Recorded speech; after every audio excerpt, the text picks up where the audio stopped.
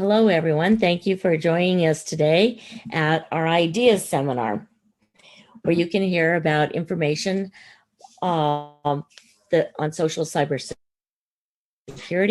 ideas to remind you of CMU Center for Disinformation, Hate Speech, and Extremism online.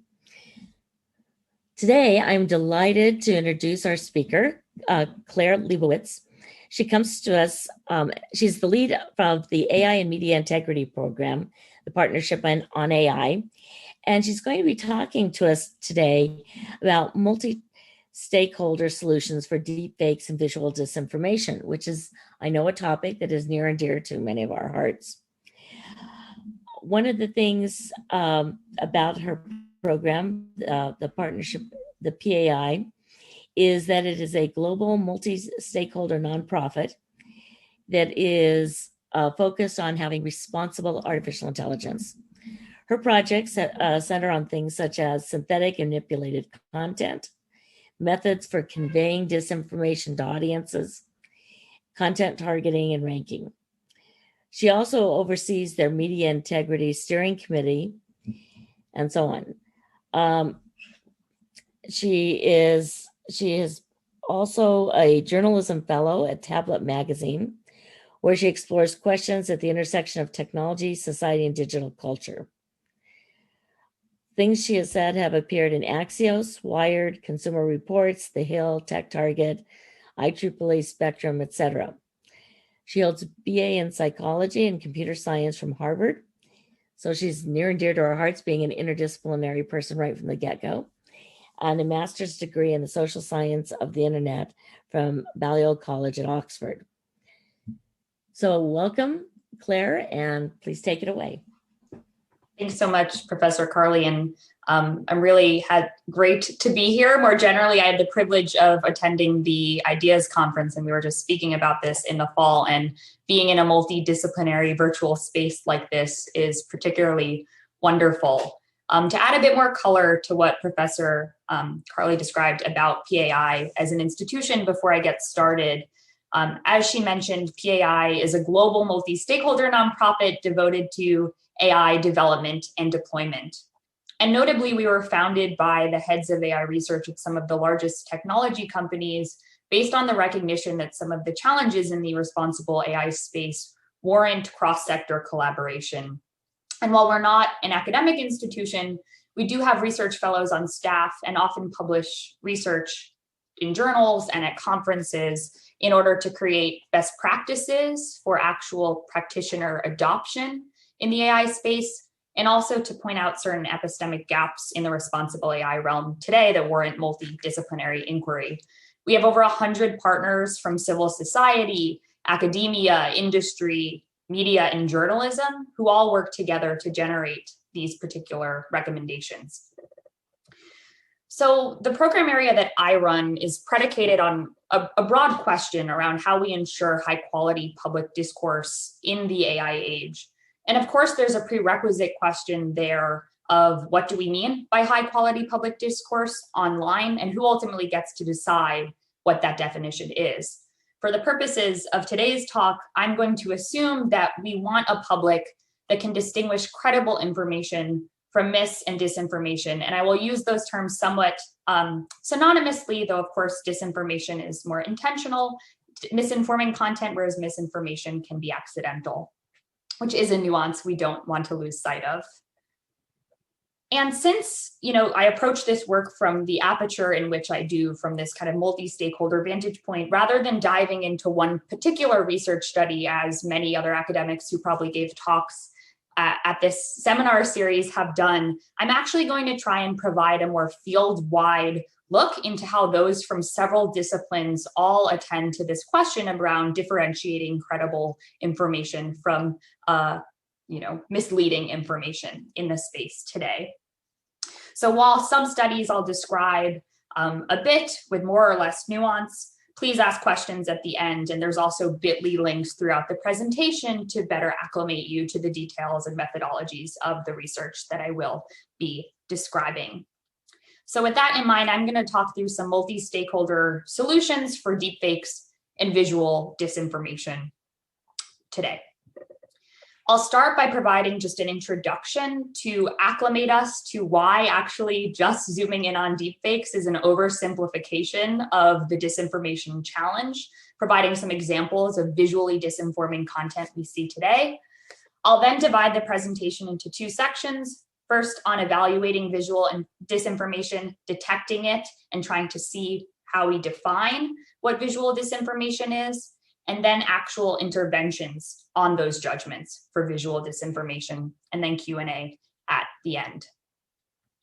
So of course, many of the most popularized examples in the deepfakes literature you read or in the news center around an example where a synthetic video of a public figure like Donald Trump or Barack Obama goes viral, perhaps before an election, with malicious intent around it. And it is this kind of new revolutionary form of disinforming content. But there are also deepfakes or synthetic media that are not malicious. They're not disinformation. They might be just outlets for creative expression. Here are just three examples from AI artists who use the same generative techniques to synthesize media that are benign and even beautiful that we want to ultimately promote on the web, I would argue. And of course, it's not just AI tools or deep learning based methods that allow us to cast doubt on the world around us. This now famous viral video of Nancy Pelosi from May 2019 was a mere shallow fake, as we describe it, in that it was a real video of Nancy Pelosi merely slowed down. So no sophisticated AI techniques, and yet this video made it appear to a user that she was drunk or unfit for office. And this happens with static imagery too. And really importantly, there's often a lot of truth in some of the most vile misinformation on the web. This is anti-Semitic misinformation in which it claims that this image depicts George Soros. In fact, it is Oscar Groening, who was a Nazi guard, but to an uninformed viewer, the mere miscontextualization of this image could cast doubt on the truthful narrative of the fact that George Soros was not a Nazi in the World War II era. And here's another more recent example of miscontextualization in which an authentic picture of the Vietnam War Memorial, which is often vandalized, is purported to have been done by Black Lives Matter protesters. But this is an image from many years ago. If you were to actually look and kind of do reverse image search, it would be proved that this is a miscontextualization of the image. And really meaningfully, the mere potentiality of AI generative mechanisms for editing videos presents a world in which the liar's dividend comes to fruition, which many of you might know, the idea that you can cast doubt on real videos by suggesting that they were AI generated. Here, just a few weeks ago, some questioned whether or not Biden was faking this video in which he's standing outside the White House, claiming that it was a green screen. But imagine a world where people could just claim that every real video of Joe Biden was actually a deep fake. So clearly there's a spectrum of methods and tactics for creating visually disinforming content. And I also want to drive home the point that several of the points I bring up today will be relevant beyond visual disinformation, but we choose to focus on visual disinformation quite often for a few reasons. One, many platform policies anchor on synthetic and manipulated media as a distinct policy rather than text. And second, because of a lot of traditional psychology literature that says pictures are stickier in our memory, more evocative, and ultimately lead to more behavior change from misinforming content than comparably false textual content. So I just want to drive that point home at the top. And rather than fixating on the catchy term of deepfakes, my colleague Emily Saltz and Claire Wardle from First Draft and I put forth this definition for visual misinformation, which we think is more useful to the field, both academics and platforms making policies about visual misinformation. We define it as any image or video post with the potential to mislead audiences through false or misleading textual and or visual elements. So of course here what's important is that it's misleading, which would not include the AI art use case and also would leave room for mere miscontextualizations. Again, the goal here is for us to have this public that can make sense of this content. And I'm going to frame this presentation about what I see as the task at hand if you are a technology platform, who of course is not the only organization devoted to mitigating the impact of visual disinformation, though I'd suggest they are a main intervention point for affecting users who come into contact with content. And the first task, as I see it, for a technology platform is to evaluate whether or not a piece of content fits that definition of visual misinformation. So has it been manipulated? Is it misleading? Should we treat it as such? Of course, there's debate on whether or not platforms should be the ones arbitrating these decisions. And then once they have that judgment call made, they then need to determine how to take action or intervene in response to that evaluation. So I'll start by diving into technical solutions for the evaluation stage that we as a community have been working on. So first, some detection solutions. Of course, as I described in the intro, there are many types of visual misinformation that if you're a platform, you should be concerned about today, not just the deepfakes. However, in advance of the election, the 2020 US election, platforms were understandably facing pressure to do something about the deepfake challenge. Also, it is really threatening to discourse. I do want to say, as my colleagues at Witness say, we want to prepare, but not panic about the deepfake threat. So at the end of 2019, early 2020, Facebook launched alongside Amazon, Microsoft, and with involvement from PAI, the Deepfake Detection Challenge, which is a machine learning challenge hosted on Kaggle to basically mobilize the media forensics, computer vision research communities to build better classifiers for detecting deepfakes. And they brought that challenge in an attempt to make an ostensibly technical question, right, of just classifying an artifact as having been deepfaked or not based on forensic cues in the image or video.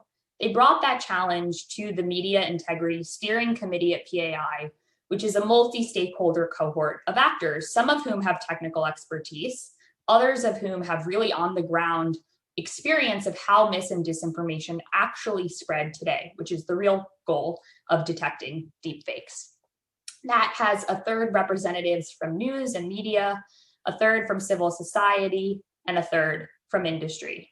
And that group fundamentally, even when weighing in on questions like how should the data set be constructed, the training data set for a challenge for detecting deepfakes, or how might we want to open source the models, kept trying to ask itself, does detection actually help minimize the impact of misleading information?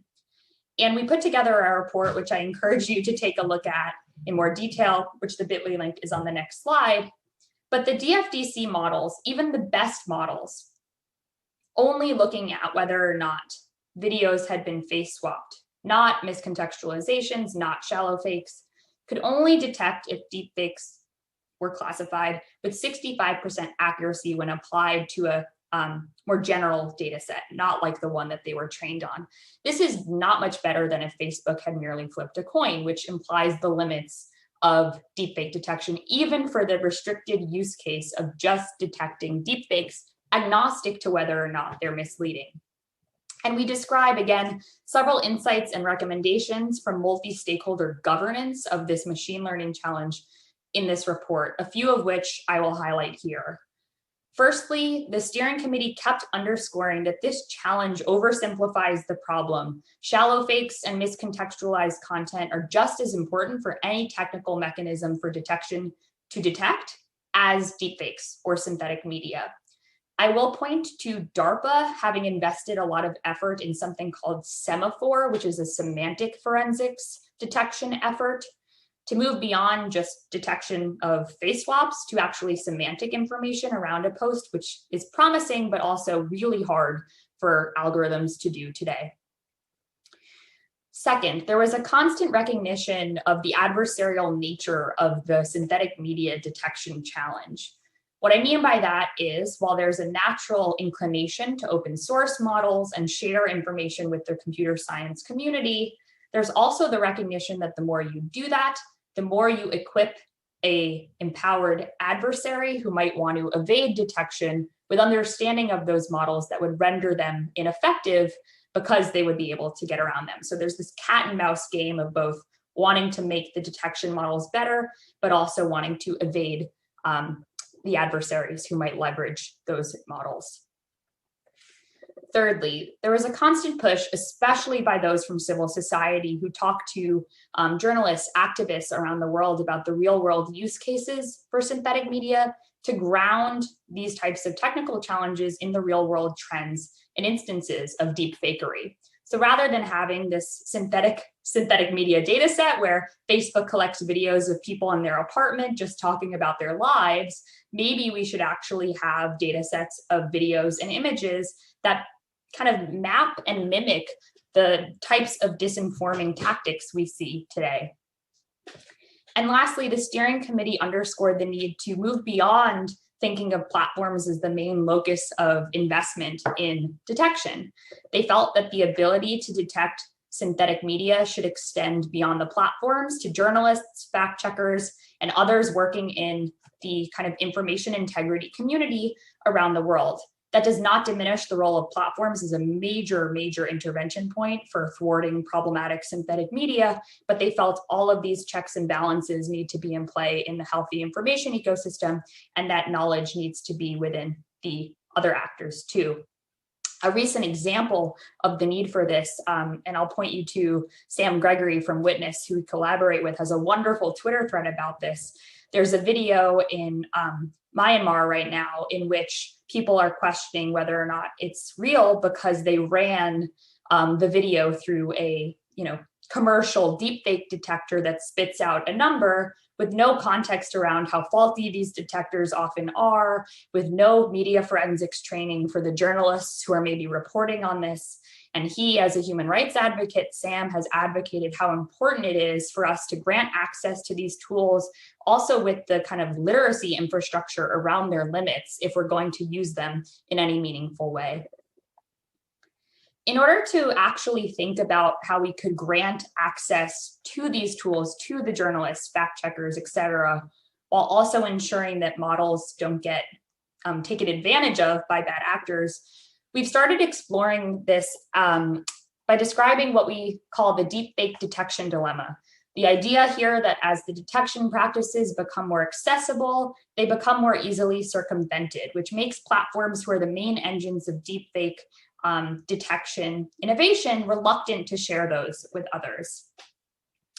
We have a paper under review with some colleagues where we actually map out some of the threat actors who might be most likely to want to evade detection as a first step. So we talk to people from around the world to get a sense of who they would be most concerned about having access, both because of their technical capacity and motivations to these detection models. And you can find that paper here. And this paper was supposed to inform an actual governance process to feed to some of the platform companies to say, here is how you can actually choose who gets access to some of these models and share the detection models, while also ensuring that they don't get weaponized by malicious actors. So we're working with Witness, we had a session with African journalists, activists, and others. We'll be having one in Latin America and one in North America to basically put together an access protocol for detection mechanisms for synthetic media. And there are three particular questions we want to ask there. One, who gets access? So again, we don't want a bad actor to get access to these models. Second, what access does the who have? So should we grant full open source access, or should there be almost a rate limited way of modifying typical open access to these types of technologies? And ultimately, who gets to decide who is granted this technical capacity? You could say an organization like ours is a neutral third party that can do it, but even we have biases inherent in how we might make decisions about adjudicating who gets access to these models. So ultimately, despite the fact that detection of deepfakes, even in a vacuum, is really limited, we still think there are important questions to consider about who's able to do that detection and how those signals are being used. But there is this conundrum we still face, which I'm sure many of you are thinking about, that 65% classification accuracy number that I presented. of does detection actually help minimize the impact of misleading information? Does it say anything about whether or not the content is misleading? And if it doesn't, as I've kind of suggested, what else can we do to evaluate visual content? That leads us to move away from detection solutions that tell us if a piece of content might be fake to something that we call authenticity infrastructure, which would allow us to maybe say that content is real as opposed to kind of fake. So it's a kind of logic game there. Several efforts have emerged advocating for content authenticity infrastructure. Many that we work with at PAI, we had a session in follow-up to the Deepfake Detection Challenge on detection tools where the group advocated for tools such as reverse video or similarity search tools.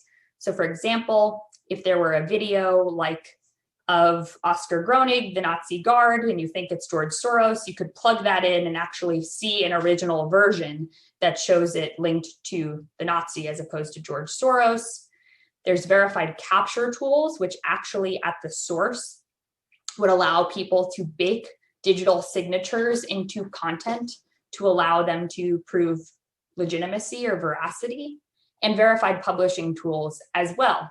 I will say, while these seem really promising, there are of course also major concerns around privacy, security, and disparate impact for journalists or citizen activists in contexts where maybe they work on a jailbroken phone, for example, and might not be able to verify some of their content in a future world where those signals become kind of the trusted metric for legitimacy for content.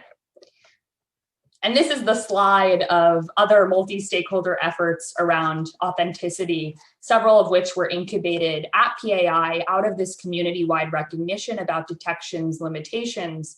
On the top left is Project Origin, which is a collaboration amongst many of the large news publishers around trust in news and baking provenance metadata into their news stories and sharing that with social media platforms so that you can truly know that something came from, for example, the BBC. On the top right is the Content Authenticity Initiative, which was launched by Adobe in collaboration with many partners concerned with standards for digital content provenance, as you can see. And all of these entities are collaborating on a new actual standards initiative around content provenance and authenticity, the C2PA, that will be working to actually bake a standard into the web around content authenticity and provenance. So of course, even if you had perfect ability to gauge if a piece of content was misinforming, whether from a perfectly accurate deepfake detector or a perfect authenticity infrastructure, there's still the question of how you convey that knowledge to a user who will be making a judgment based on that piece of content at the end of the day. And in every convening that I go to, ostensibly about AI detection of misinformation, for example, we always return to the question of how you communicate about misinformation to audiences. So we've underscored, in the traditional stakeholder map of universities, journalists, technologists who are paying attention to this space, you also need to include the lay people, the users around the world who make sense of this content online. So this is just a really useful visual depiction of what I'm talking about. On the left, as inputs, you may have an algorithm output of a detection model that gives you some signal or degree of certainty that an artifact has been manipulated or even in a more sophisticated way is misleading. You have the metadata from the provenance infrastructure. Then you make a decision and have to translate that decision as a person to a user interface and to a person making a judgment call on content. So this is the phase that I want to talk about, and understanding of these attitudes towards content and interventions, I'd argue are extremely important to take into consideration if you are a platform making an intervention decision on content at scale. Platforms, rather than taking speech down, at least not until January 6th, turned to labels as a perhaps intuitively appealing balance of giving people more context without actually making a strong judgment about the content. Facebook's been labeling coronavirus misinformation, YouTube has added labels, Twitter has added warning labels, And yet not a lot has been spoken about in terms of their efficacy. And I know you had Gordon Pennycook come speak at one of these sessions. There has been a little bit of research on the effects of labeling and credibility assertions around content, but not a lot in an ecologically valid platform context. And as you can see, different platforms label differently, not only in terms of the aesthetic choices they make. Some, like the Instagram label here, use an overlay to shade out the artifact and actually make a claim judgment saying it's false information. Whereas on the right, you see the image of this highway shark, so not a political example, is not obscured, and nothing is said about the falseness or truthfulness of the claim, but it's merely described based on the fact that it has been manipulated. So clearly there's a lot of decision-making that can go into label design that should be attended to based on user needs.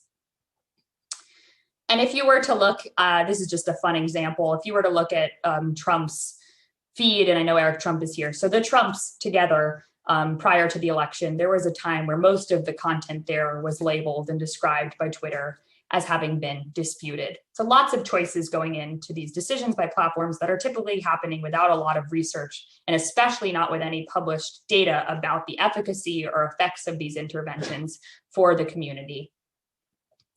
So we at PAI wanted to actually understand how users make sense of these interventions. And the first order step for doing that is actually understanding how they interpret manipulated media. How do people understand cheapfakes, deepfakes? Do those terms mean anything to people? Do they care about how something has been manipulated? And a lot of the community felt that giving people more information about the artifact manipulation, whether or not it's been doctored or a person removed or added, would be really helpful to users and avoid making value judgments about content. And yet we had a hypothesis that that's not how people actually interpret content online. And of course, the fundamental question we were asking was how platforms can design interventions like labels, maybe other interventions, in a responsible way. We began our work here, and this is led by my colleague Emily Saltz, and we've collaborated a lot with First Draft and Claire Wardle by scanning hundreds of articles, talking to platforms about the user research they're doing. And we put out 12 principles for labeling manipulated media, right as labels were becoming a thing in the spring, I think, of last year. Here are 12 of those principles. I won't go through all of them, but some interesting ones were to encourage emotional deliberation and skepticism, offer flexible access to more information, a theme which will come up later through our research, fill in missing alternatives with multiple visual perspectives, kind of a forensic activity for people, and help users identify and understand specific manipulation tactics. We also realized the need to think about automation's role in labeling. How might platforms use typologies, fact checker ratings to actually automate labeling infrastructure? And what might be the pros and cons of this? I won't describe this in detail, but I encourage you to check out this bit.ly link if you are interested. And again, we ultimately felt we really need to talk to users to get a sense of how they make sense of these labels and outputs. With that in mind, we wrote a paper from conducting a study on people's encounters with visual misinformation and labels across platforms. This will be at CHI this spring. If people are attending CHI's, we'll see you there. And the paper really we wanted it to be almost a provocation for the multidisciplinary group of actors we work with around the current state of affairs in intervention research. Some of that being a reflection on the reality that most of the experimental work being conducted by the academic community is happening on MTurk and is not easily translatable to the naturalistic surfaces of the platforms where those interventions should be tested. We heard from a lot of platforms that they like hearing from the academic community, but they don't have ecological validity. And of course, we heard from a lot of the researchers that, well, the platforms don't grant us access to run studies on their platform. So there's kind of this catch-22. So we explore that a bit in the paper. And we also wanted to emphasize how important it is to think about how people encounter misinformation flowing across different platforms. So if you're Facebook, you're not also studying someone's, the course of the day, how someone deals with a visually disinforming piece of content like the highway shark. going from Facebook to Twitter to another platform. So we wanted to understand this more comprehensive, holistic information ecosystem. And we make a case in this study, while recognizing the limits of a small sample size, that qualitative, in-depth, interview-based study of people's attitudes towards misinformation can be really helpful to informing our thinking on this topic. So there were several specific research questions we pursued here. One, how do people experience critical moments of trust and distrust in visual information about current events in the context of their own info ecosystem? We focused on COVID-19 information. Second, how do existing labeling interventions on social media align with those experiences? And thirdly, what might be the unintended consequences of labels? So big exploratory questions. We spoke to 34 people, again, small sample size, but really informative around the US, those of whom were exposed to low quality news sources based on an IFI index of unreliable news sources. And we, of course, had a demographic mix. There were two parts to the study, an interview study and a diary study. The first part, in the interview study, we elicited reactions and experiences with existing labels. So we took some labeling content, we took some of the language that platforms are using, and sat down for an hour with each participant to get their thoughts on these labels.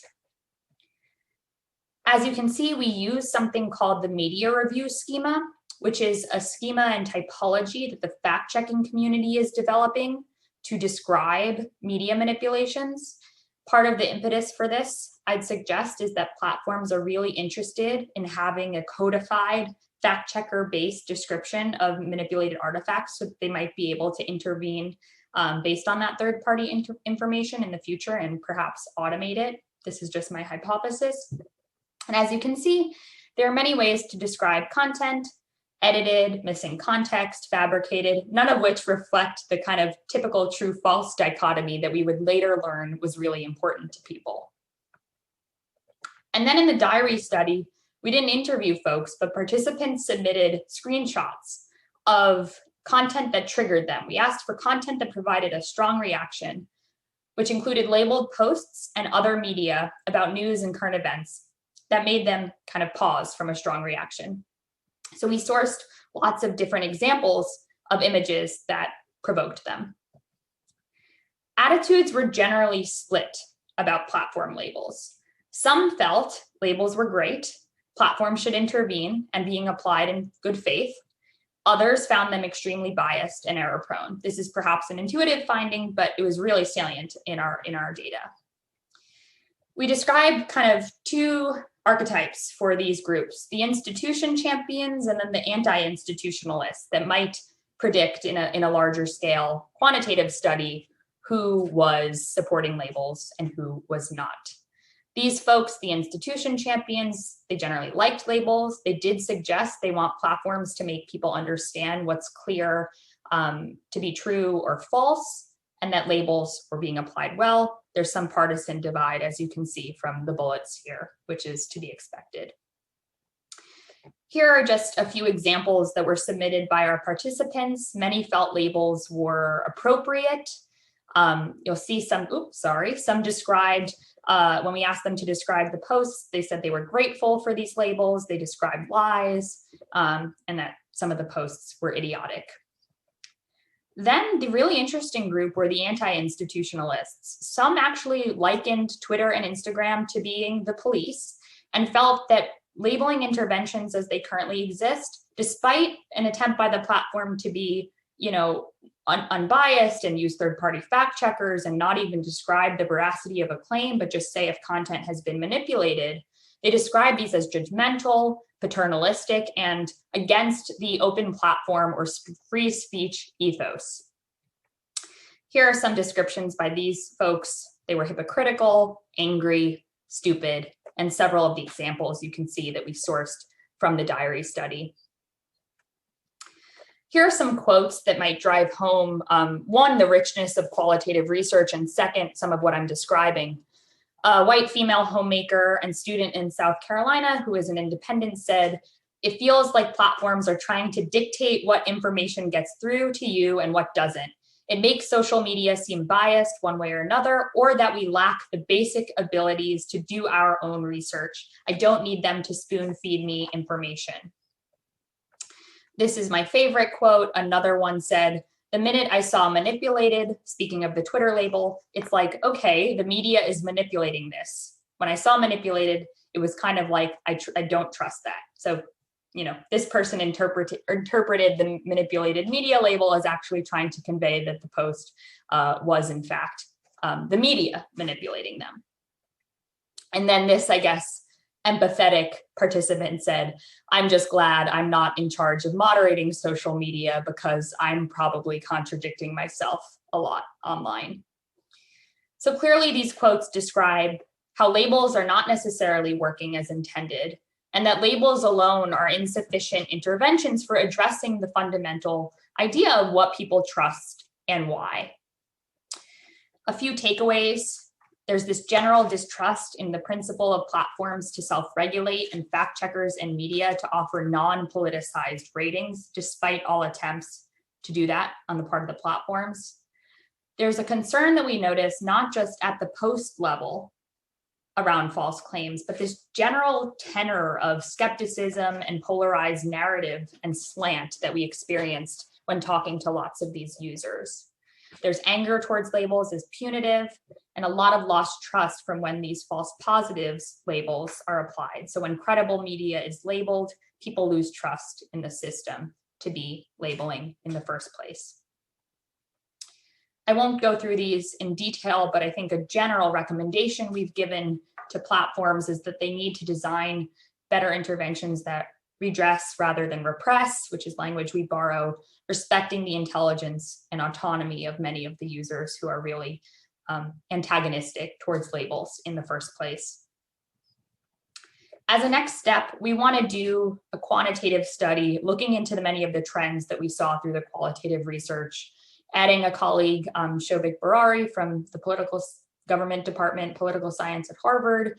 We just launched, it's actually live right now, a population-wide survey on many of the attitudes towards interventions and interveners of content today.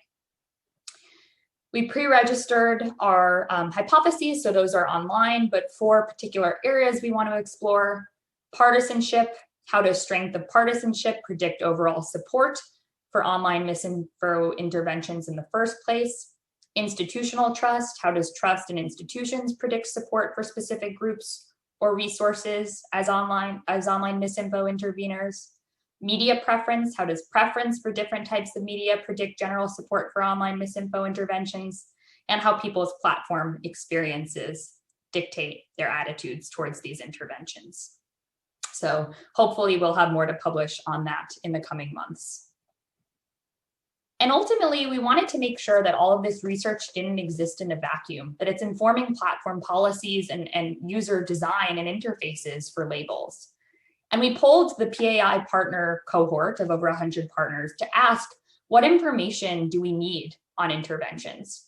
And the first thing that came up is the fact that we don't actually know how interventions affect belief in credible information, which is the end goal, ultimately, of what we want to do with them. We learn about how they affect clicks or reshares, but we don't actually hear about effect on belief. Now, of course, some may react to the general premise of platforms changing people's beliefs because there's a slippery slope there. But as it relates to misinforming content, that is the general purpose of these labels. And as you can see here, it's hard to tell right now what interventions are doing. There's disparate reporting across platforms. As you can see, Twitter says they saw an estimated 29% decrease in quote tweets of labeled posts, whereas Facebook describes reshares by about 8% decreasing, which is a similar comparison. But other folks talk about click-through rate on labels and more context. So it's really difficult to evaluate efficacy and compare across platforms. We also want to emphasize the need to study different user populations. It's not just Americans who are encountering labels online. And I think oftentimes the platforms are designing their intervention based on American users. We need to study folks from around the world, think about disparate impact of labeling regimes in different contexts, and really publish that data so that we can understand it better as a community, not just the platforms who are collecting it. And lastly, related to those 4 metrics descriptions I showed on the previous slide, we need industry-wide comparisons of interventions and their effects. So PAI is really working based on our research to say, here are the misinfo goals of labels. So here on the left, we see possible goals. They could be to reduce belief in misinformation, as I described. Another goal could be to just reduce exposure, which might be a prerequisite for reducing belief in misinformation. And ultimately, corresponding measures that we report and publish on consistently in the field.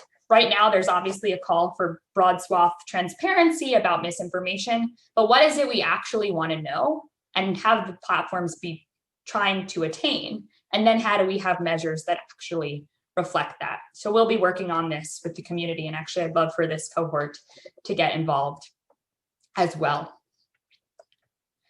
So some concluding thoughts, and then I'd love to open it up to questions. I know there was a lot here. I first want to underscore that throughout all of the work I've described, we've worked across domains, disciplines, even within a tech company. We've worked with AI researchers, but also policymakers, user experience researchers, et cetera. And that there are many people who need to be at the table to combat misinformation and deepfakes in particular. Many of the things I described, whether it was creating a data set that better reflects the real world dynamics of synthetic media, or actually creating tools and investing money, not just in deepfake detection because it's enticing to a CTO at a company, but tools and technologies that serve other communities in the verification world. All of these decisions are made and should involve the voices of the many stakeholders I get to work with, and probably many disciplines that are on this call today. Second, I'll put a call to action, which I think about all the time in my work, which is that there needs to be more data and information sharing from tech platforms with academia and beyond. And I'm sensitive to how hard this can be sometimes for platforms because of PR and some legal constraints, but we really need to do better in terms of allowing the academic community to conduct really rigorous research on this topic. Second, a meta point that I hope you gleaned from the talk: we should be preparing for deepfakes and synthetic media. I did use it in my title. They do present some distinct challenges, including the liar's dividend, but we should not lose sight of the broader visual misinformation capacities. There are many ways to visually misinform that may equally impact end users, and we should really not get too caught up in the sexiness of AI as a buzzword and fixate too much on the deepfake examples. And then, of course, for the 2 angles with which I presented this talk, one, how we evaluate visual misinformation, and then how we intervene on it. In terms of evaluation, I would want everyone to walk away with the fact that AI is currently quite limited in its ability to detect and identify instances of misinforming content, especially at platform scale. So if you're ever in an environment where someone says AI will just handle it, that is presumably something you should push back on. And then as it relates to interventions, I encourage everyone to speak up for interventions research and user behavior, attitude, understanding of how people actually encounter online content, because we shouldn't lose sight of the fact that people are at the end of this chain of detection to label, and we really need to deploy any intervention responsibly. So with that, I want to thank 2 colleagues, Emily Saltz, who's a research fellow at PAI, Jonathan Stray, who are really influential to this work, all PAI partners who have been involved, some mentioned, some not. And I'll leave you with my email and Twitter handle per the work that we do, and some time for questions if Jennifer or Professor Carly want to take over.